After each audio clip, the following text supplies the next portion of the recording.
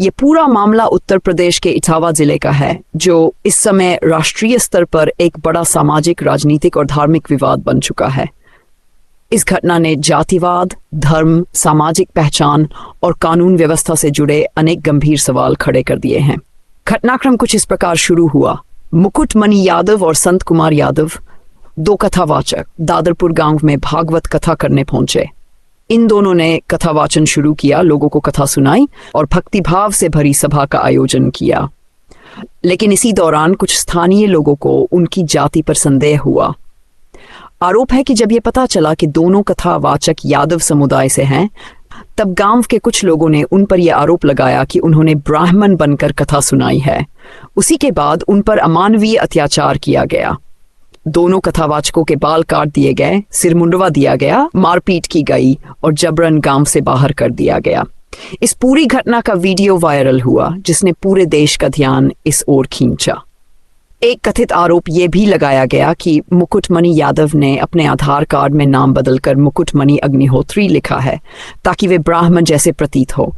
इसी आधार पर उन पर फर्जी दस्तावेज बनाने, पहचान छुपाने और धार्मिक भावनाएं भड़काने जैसी धाराओं में मुकदमा दर्ज किया गया।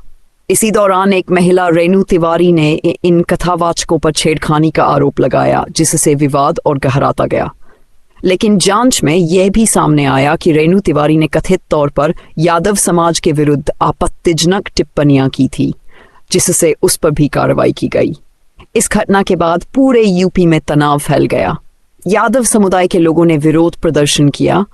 अहीर रेजिमेंट के नाम पर युवाओं ने सड़कों पर प्रदर्शन किया और पुलिस को हवाई फायरिंग करनी पड़ी।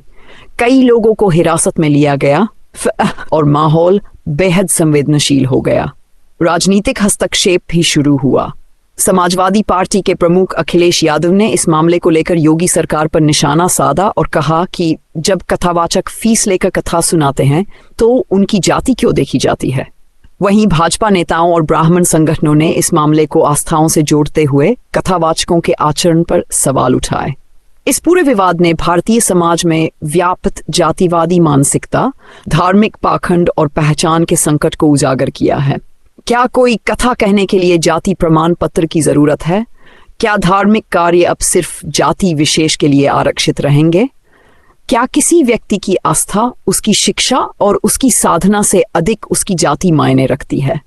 मुकुटमणि यादव के परिवार ने बताया कि वे पिछले 35 वर्षों से कथा कर रहे हैं, BA तक पढ़े हैं और संत कुमार यादव BSSC तक शिक्षित हैं। दोनों एक परंपरा का पालन कर रहे थे। लोगों की श्रद्धा से प्रेरित होकर वे कथा करते रहे। लेकिन एक दिन जाति के नाम पर उनका अपमान हुआ और उन्हें अपराधी बना दिया गया। अब सबसे बड़ा प्रश्न यह है, क्या यह हुआ वह सत्य हुआ या